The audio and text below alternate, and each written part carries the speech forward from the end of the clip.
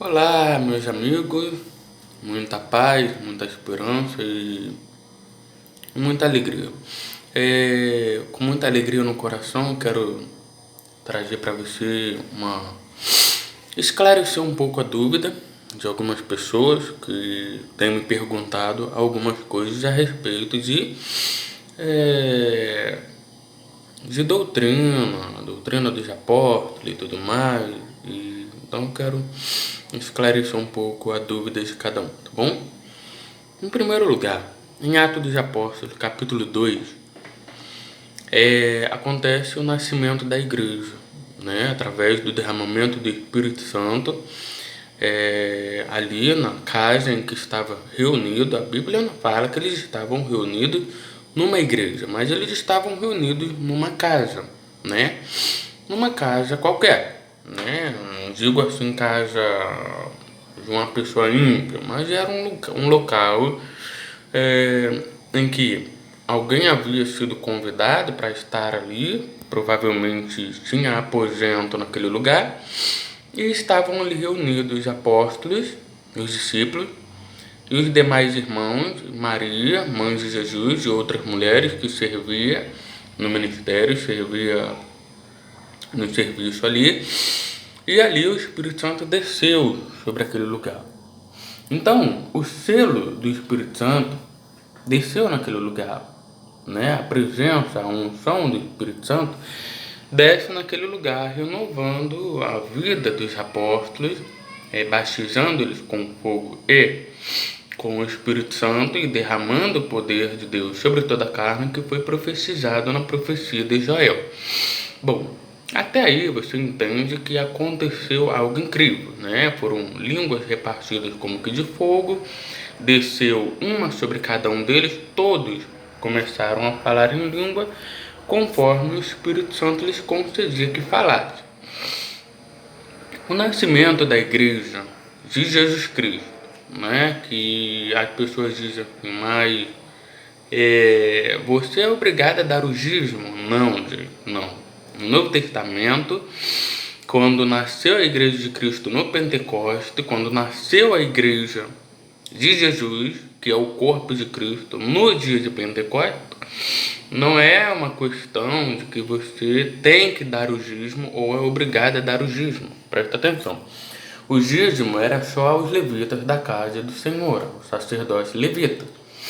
Porque lá, quando as pessoas levavam no templo o dízimo, eles levavam somente aos levitas, que era a autoridade máxima ali, a qual Deus preordenou que somente aos levitas recebessem o dízimo do povo, né? Você não vai ver outra classe de pessoas recebendo o dízimo do povo, a não ser a tribo de Levi, da linhagem de Levi.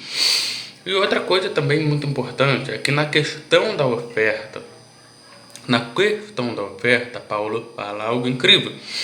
Paulo fala que a oferta é uma oferta de amor, certo? Segundo a propriedade de cada um, ou prosperidade de cada um, o trabalho de cada um. Você pode dar o quanto você puder dar, você não é obrigado a dar 1.000, 500, 600, 400, 200, não. Você dá o quanto você pode. Por quê? Porque é isso que a graça do Senhor Jesus faz nas nossas vidas. Nós damos a oferta, seja no gasofilaço de uma igreja ou para ajudar uma pessoa que esteja passando necessidade, ou no leito do hospital, ou na compra de remédios, ou uma cesta básica, uma compra de casa, ou abastecer a casa de alguém que tenha necessidade. Isso é gratificante ao próprio Deus. Por quê? Porque Paulo fala que pela liberalidade das vossas contribuições, as pessoas dariam graças a Deus e agradecer a Deus porque está acontecendo uma coisa inédita, uma coisa nova. Pela graça de Deus sois salvo, não mediante a obra, ou seja, tanto a obra da graça, tanto a obra da lei. Você não vai ser salvo pela obra. Você é salvo pela fé em Cristo Jesus e por crer no nome do Senhor Jesus Cristo, que Ele morreu e deu vida para você, certo? E Ele derramou o Espírito Santo e nos deu o penhor da nossa herança. né? O Espírito que vai permanecer em nós para sempre, né? Eu rogarei ao Pai, Ele vos dará outro Consolador. João 14, 15, 16, você encontra isso. João 14, eu rogarei ao Pai, Ele vos dará outro Consolador, para que fique convosco para sempre. O Espírito da verdade, que o mundo não pode ter, porque não vê nem o conhece, mas vós o conheceis, pois habita convosco e estará em vós para sempre, né? Então o Espírito Santo de Deus estaria em vós para sempre, né? Ele nos perdoaria dos pecados, nos perdoaria das más práticas e nos perdoaria do pecado que cometêssemos, né? No tempo em que estamos vivendo na graça. Ninguém que diga assim, que recebe dízimo tem mais de 2000 anos de idade. Ninguém. Então o dízimo era só para a antiga aliança, aos da linhagem de Levi.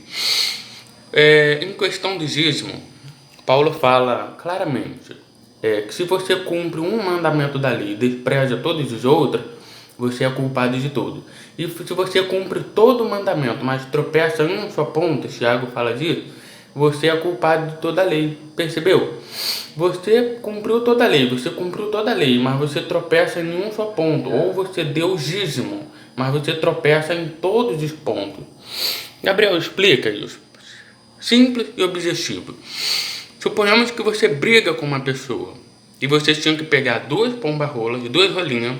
Uma você tinha que sacrificar, certo? E você tinha que fazer um ritualzinho ali de sacrifício, que era os rituais dos levitas daquela época. E você tinha que oferecer um animal em sacrifício, né? Pela oferta, pelo pecado daquele irmão, e aspergir 7 vezes o sangue do animal que foi sacrificado por causa da ofensa. Então o levita ou o sacerdote soltaria a ave, né? A ave limpa, né? Nos ares, soltaria e então declararia limpo, né? Declararia ou perdoado da ofensa ou limpo da lepra. Bom, talvez você pergunte assim, mas e o pecado da lepra, como é que faz? Jesus pede para eles fazer isso.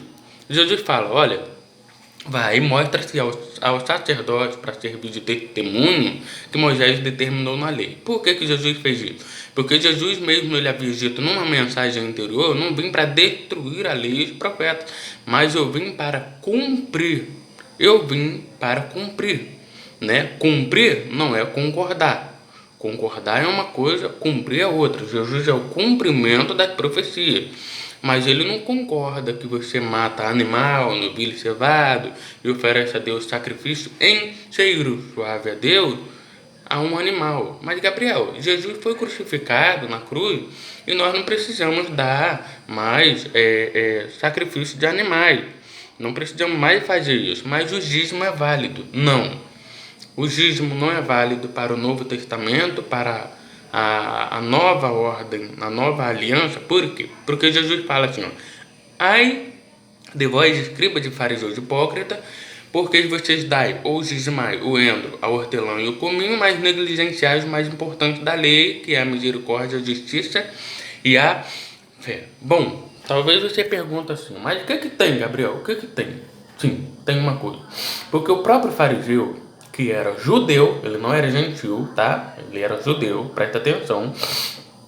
O próprio judeu, o próprio fariseu em si, que era um judeu, eles tropeçavam nos outros mandamentos da lei. Simples, eles davam o endro, a hortelã e o cominho, mas na calada da noite, ou na madrugada da noite, ele adulterava com as viúvas. Então era para ele dar o dízimo e não cometeu adultério. Era para ele dar o dízimo e cumprir todos os outros mandamentos da lei. Percebeu? Paulo fala claramente, se você cumpre se você dá o dízimo, então você vai ter que cumprir todo o mandamento da lei. Percebeu? Por mais que você não esteja em pecado, que não esteja vivendo uma vida de adultério, mesmo assim você estaria dando o dízimo e não vivendo o adultério e amando o próximo. Mas você não estaria cumprindo os outros mandamentos da lei que era para você cumprir. Você não estaria cumprindo. Então, dízimo no Novo Testamento, não. Oferta alçada, oferta de coração, que você dá para um pastor, ou para abençoar a vida de um pastor, a vida de um irmão, o ministério de alguém, ou suprir a necessidade de alguém. Sim, joinha. A oferta é oferta. E Jesus fala, né? Quando você for dar uma oferta, né? Por dar a sua oferta ao altar, entregar a sua oferta ao altar. E quando você se lembrar ali, no altar, quando você estiver ali, lembrar que algum dos teus irmãos tem algo contra você, ou você alguma coisa contra alguém, o que você vai ter que fazer?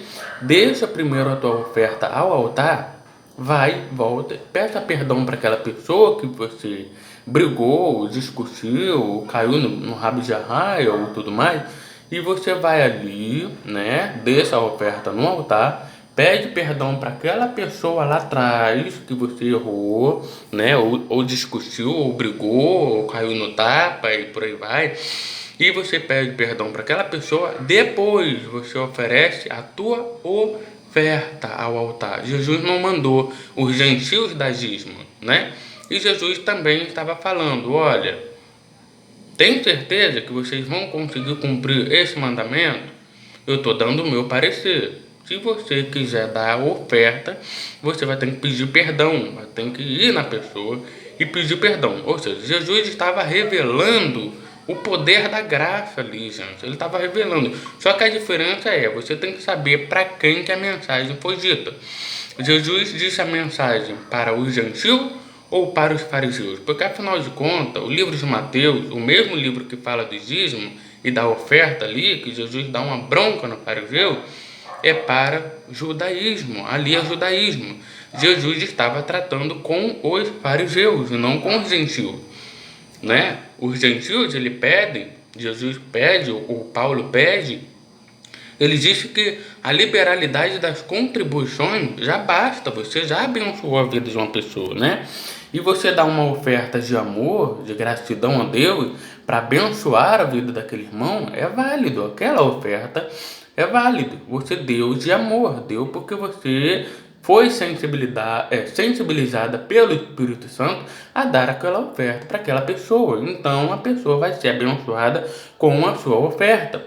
E oferta e dízimo é dízimo. Só que o dízimo, nós que somos gentios, resgatados por Cristo Jesus, pelo derramamento da cruz, do sangue de Jesus na cruz do Calvário, como Paulo disse, eu fui resgatado por Cristo, né? E Jesus me escolheu para fazer parte dos mistérios do Evangelho que me foi revelado, né? E Paulo revela os mistérios do Evangelho, ele espalha nas suas epístolas ali tudo que ele havia aprendido, ou seja, na palavra inefável que ele recebe em 2 Coríntios, capítulo 12, e ele revela ali, ele diz que foi chamado para pregar o evangelho aos gentios. E você não vê Paulo pedindo dízimo, você não vê Barnabé, você não vê Jesus, você não vê Cefas, você não vê Epafrodito, você não vê Timóteo, você não vê ninguém pedindo dízimo, né? Ah, Gabriel, mas aí no livro de Malaquias diz que é para dar o dízimo. Tudo bem, mas o livro de Malaquias é para quem?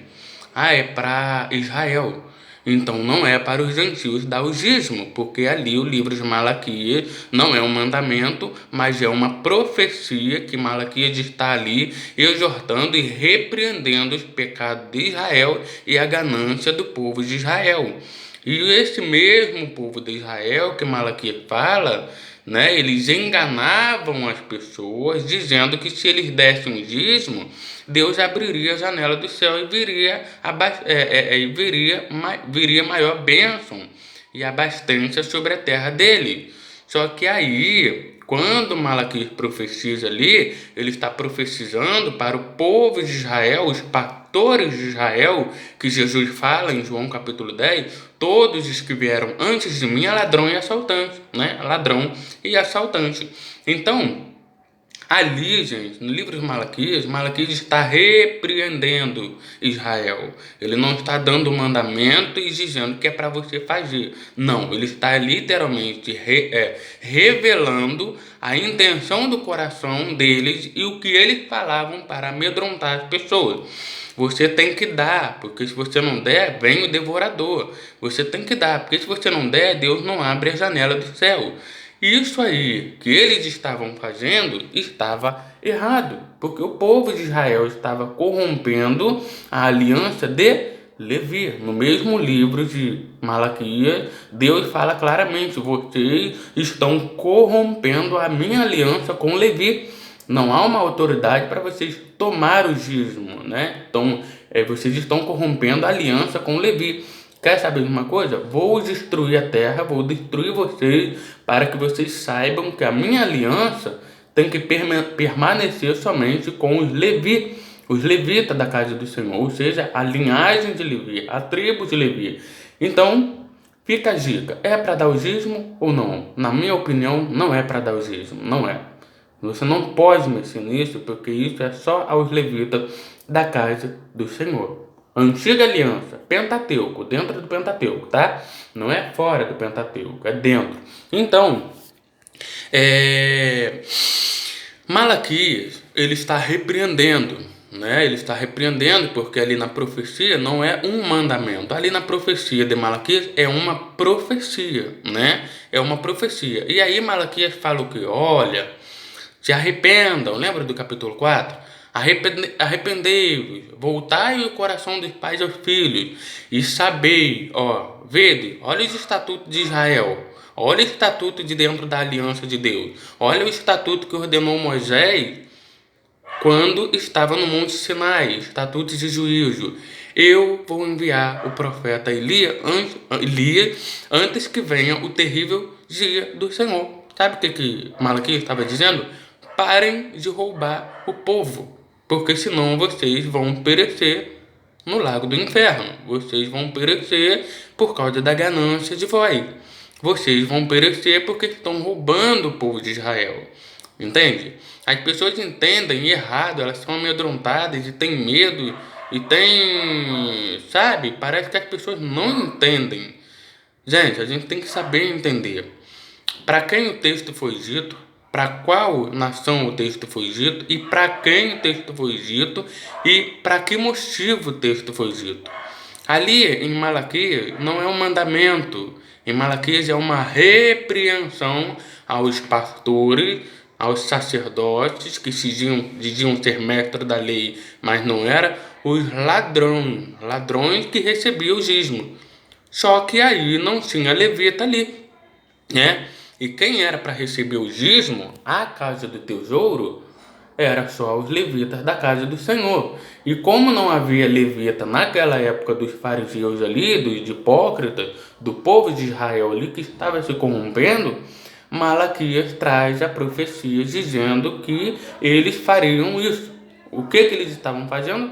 Amedrontando as pessoas com maldição do devorador, do gafanhoto, né? Dizendo que o gafanhoto viria e comeria tudo que eles têm, se eles não dessem o dízimo. Essa é a mensagem, entende? Malaquias não está dando um mandamento ali, não. Ele está repreendendo os ladrões que roubavam as pessoas, amedrontando e dizendo que era para ela fazer até prova com Deus. Aí eu te pergunto, qual foi o dia que Jesus pede para você provar Deus, né? Moisés pede para você provar Deus, Malaquias pede para você provar Deus, Isaías, Ezequiel, Daniel, nenhum deles pede para você colocar Deus à prova. Fazei prova do Senhor, se Ele não derramar bênção sobre a vossa terra. Isso aqui, gente, é muito perigoso. A gente tem que ler isso aqui, a gente tem que entender isso com os olhos abertos. Senão a gente vai estar dentro de uma congregação aí sendo enganado por todos, né? Então, o que acontece? Você não pode fazer prova de Deus. Não ponha o Senhor, o teu Deus, à prova, né? A Bíblia fala, não ponha o Senhor, o teu Deus, à prova. Jesus, no deserto, Satanás disse, olha, tu quer a riqueza do mundo? Tu quer as nações? Jesus falou, não. Aí Satanás falou o quê? Não basta me adorar. É só ajoelhar e me adorar, só isso. Jesus falou, não. Somente ao Senhor, o teu Deus, adorarás. Ou seja, Satanás estava colocando filhos de Deus à prova. E Jesus falou, somente a Deus adorarás. Né? Hoje você vê aí muitos corrompidos que se dizem ser líderes, mestres, pastores e pai apóstolos, e eles estão corrompendo a aliança de Levi, cobrando dízimo, né? Somente ao Senhor, o teu Deus, adorarás. Palavras de Jesus. Não pode servir a dois senhores, a Deus e as riquezas. Quantos pastores estão se enriquecendo nas costas da pessoa? Não podeis servir a dois senhores. Você se dedica para um e despreza o outro, você se dedica a um e desonra o outro e acaba desprezando o outro. Então o livro de Malaquias ali em si é para repreender o pecado de Israel, tá bom? Para repreender o pecado de Israel. E Jesus fala claramente que aquele que crer nele e crer que ele é o Filho de Deus, herdarão a vida eterna, né? Recebe perdão do pecado, batismo com o Espírito Santo, a metanoia, a consciência da mente, e ele para de ser um religioso qualquer, e ele se arrepende de fato e de verdade. Então Jesus nos promete o Espírito Santo para quê? Aí ele vai prometer o Espírito Santo para a pessoa ficar dando dízimo e roubando as pessoas e sendo enganada? Não. Se eu tenho o Espírito Santo, eu não posso ser enganado por ninguém. Não posso ser enganado. Simples assim, simples e objetivo. Jesus fala, cautelai-vos do falso profeta que vem até vós disfarçado como ovelha, mas por dentro é o quê? Lobos devoradores, né? E em João capítulo 10, cortando o texto aqui, depois eu volto, o mercenário que não é o pastor, que não tem cuidado com as ovelhas, ele vê que o lobo vem, ele faz o quê?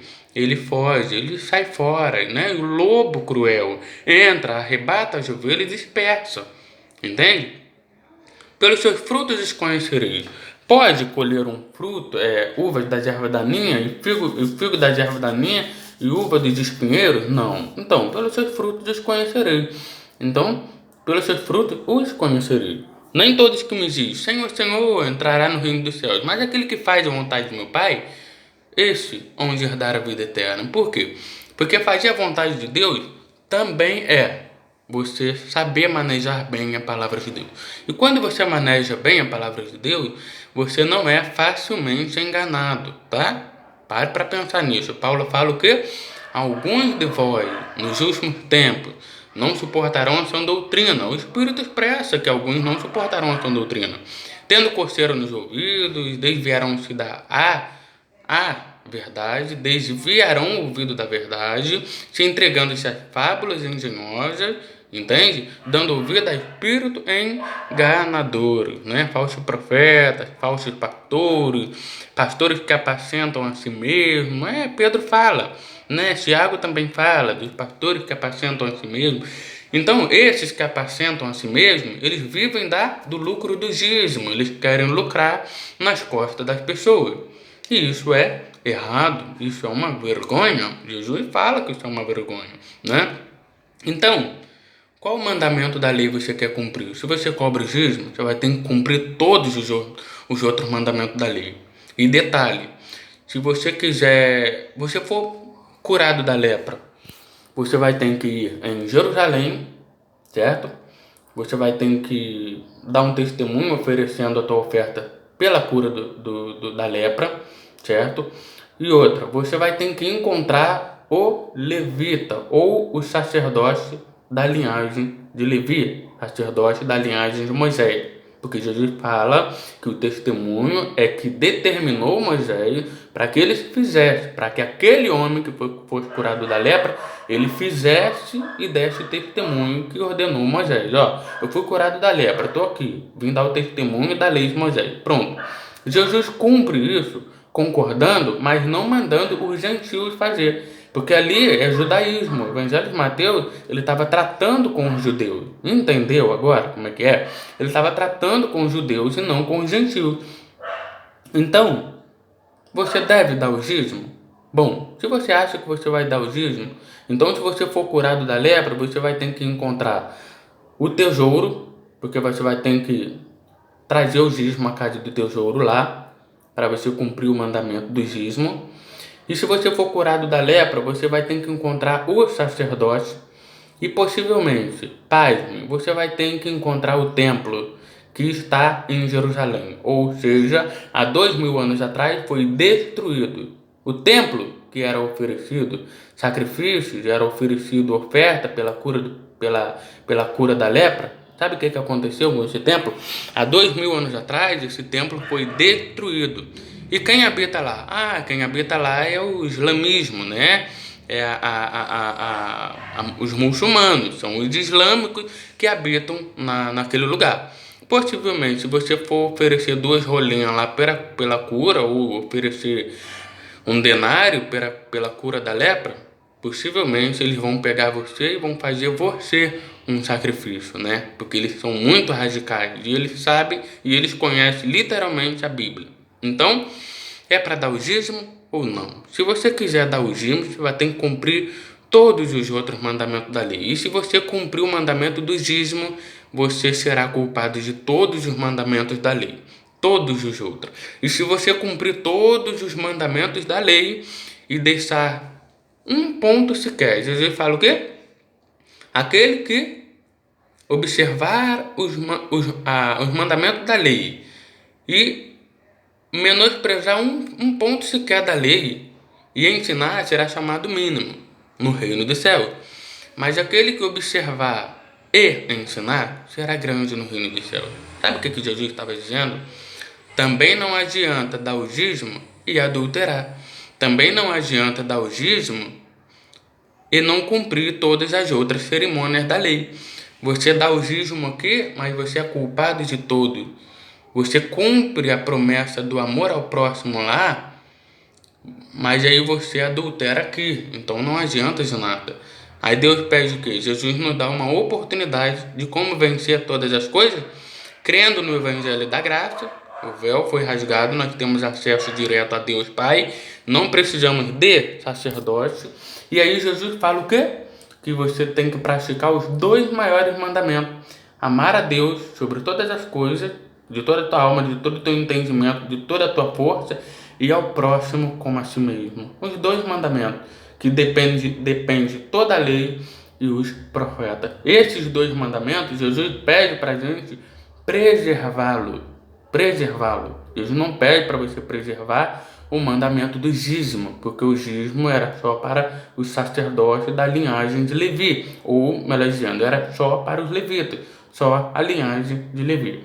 Mas a oferta, sim, você pode dar 1.000, pode dar 2.000, 10.000, quanto que você quiser. A oferta é dada por amor, né? Paulo fala, eu estava em necessidade quando os irmãos da Macedônia vieram e supriram a minha necessidade. Eu não cobrei, mas eles vieram suprir a minha necessidade com ofertas de amor, voluntária, né? Deus usou esses irmãos que vieram da Macedônia, supriram a minha necessidade. Por quê? Porque era uma oferta de amor.